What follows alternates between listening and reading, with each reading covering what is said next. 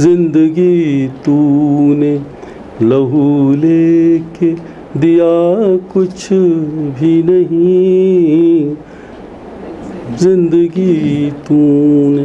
और शेर, दिल भी एक जिद पे अड़ा है किसी बच्चे की तरह, दिल भी एक जिद पे अड़ा है किसी बच्चे की तरह, या तो सब कुछ ही इसे चाहिए या कुछ भी नहीं। वाह वाह वाह वाह वाह रवि साहब। दिल भी एक जिद पे अड़ा है किसी बच्चे की तरह, या तो सब कुछ ही इसे चाहिए या कुछ भी नहीं, जिंदगी तू। वो शेर जो मैं सुनाना चाह रहा था याद आ गया मुझे, बदलाव का इंतज़ार और फिर बदलाव क्या आया, ये देखें। या खुदा अब के ये किस रंग में आई है बहार, या खुदा अब के ये किस रंग में आई है बहार, जर्द ही जर्द है, जर्द पीला, जर्द ही जर्द है पेड़ों पे हरा कुछ भी नहीं, जर्द ही जर्द है पेड़ों पे हरा कुछ भी नहीं, जिंदगी तूने लहू लेके दिया कुछ। बहुत बहुत शुक्रिया जी।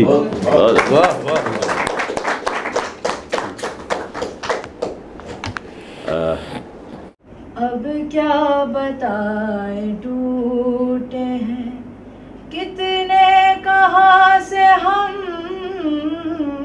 अब क्या बताए टूटे। वाह वाह। जिंदगी तूने लहू लेके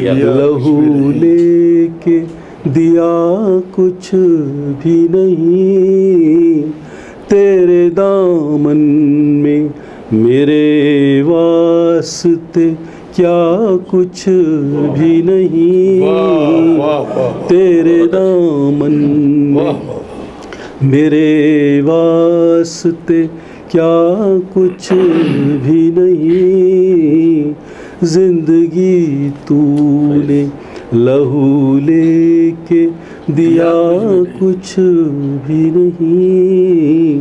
और खास शेर, आप इन हाथों की चाहे तो तलाशी ले लें, आप इन हाथों के चाहे, आप इन हाथों की चाहे तो तलाशी ले लें, मेरे हाथों में लकीरों के सिवा कुछ भी नहीं है।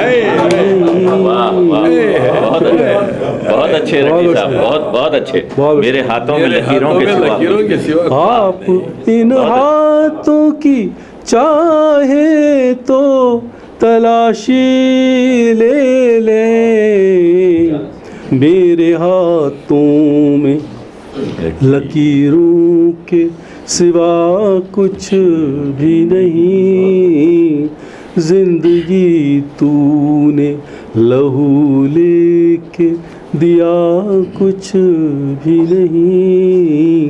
और शेर फिर आज के लोगों के नाम, खास लोगों के नाम। हमने देखा है कई ऐसे खुदाओं को यहाँ, शुक्रिया, हमने देखा है कई ऐसे खुदाओं को यहाँ, जिनकी नजरों में वो सचमुच का खुदा कोई नहीं। हाय, हाय, हाय। इनकी नजरों में वो सचमुच का खुदा कोई नहीं। बहुत अच्छा, में बहुत वो अच्छा। सचमुच का खुदा कुछ भी नहीं, जिंदगी तूने लहू लेके दिया कुछ भी नहीं। देखिए, शायर का हमेशा ये रोल रहा है, किसी भी आर्टिस्ट का, चाहे पेंटर हो, मतलब सिंगर हो या थिएटर कर रहा हो, शायर हो, तो इनका हमेशा ये रहा है कि हालात हाजिरा पर नज़र रखें और अगर वहाँ कुछ गलत हो रहा है तो उस पर आवाज़ उठाए।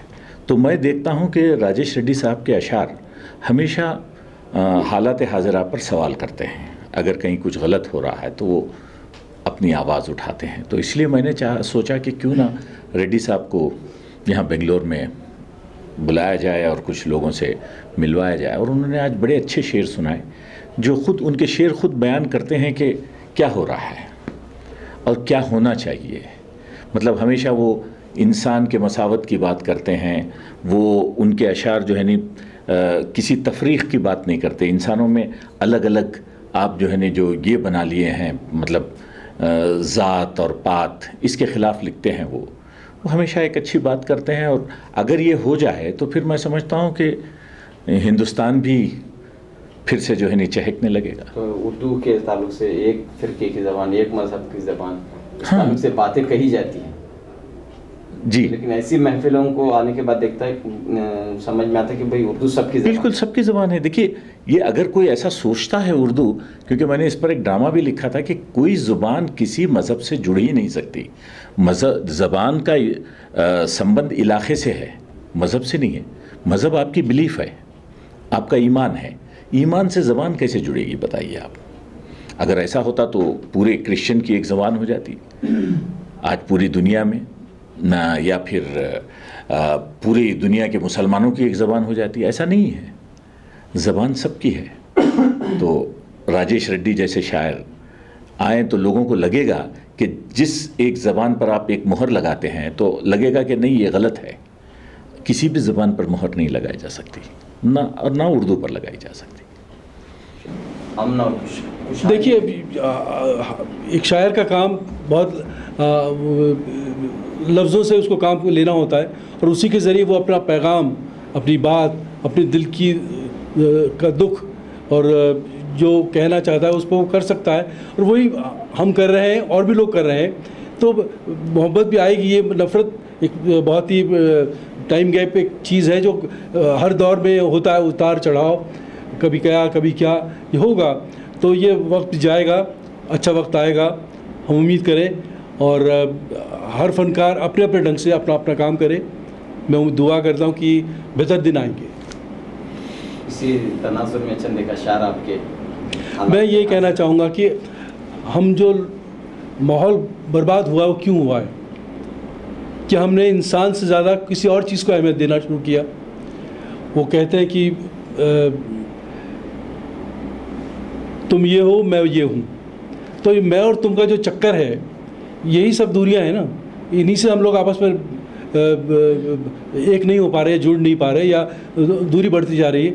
उसके लिए एक छोटी बहर का एक शेर है, गीता हूँ कुरान हूँ मैं, गीता हूँ कुरान हूँ मैं, मुझको पढ़ इंसान हूँ मैं। तो अगर हम इंसान को मानने लगेंगे, इंसान को पढ़ने लगेंगे, तो ये हमें, मैं इनको मुसलमान मानना छोड़ दूंगा, ये मुझे हिंदू मानना छोड़ देंगे। हम नहीं मानते। मैं एक आम बात की बात कर रहा हूँ कि ये अगर हम ये बने रहेंगे तो कुछ नहीं होगा। हम दोनों ने ये शेर को जिया है, इसलिए हम साथ बैठे हैं, इसलिए हम मौका ढूंढते कि कब साथ बैठें कि गीता हूँ कुरान हूँ मैं, मुझको पढ़ इंसान हूँ मैं। तो हम इंसान बनने की कोशिश कर रहे हैं, कुछ बने हैं। आफ्ताब वाला शेर, अच्छा वो शेर है कि माहौल क्यों बदला। रऊफ, आपके सवाल का जवाब ये जो हालात की बात आप कर रहे हैं उस हो गया। हाँ, उस पर एक शेर है कि ये सब क्या हुआ और क्यों हुआ।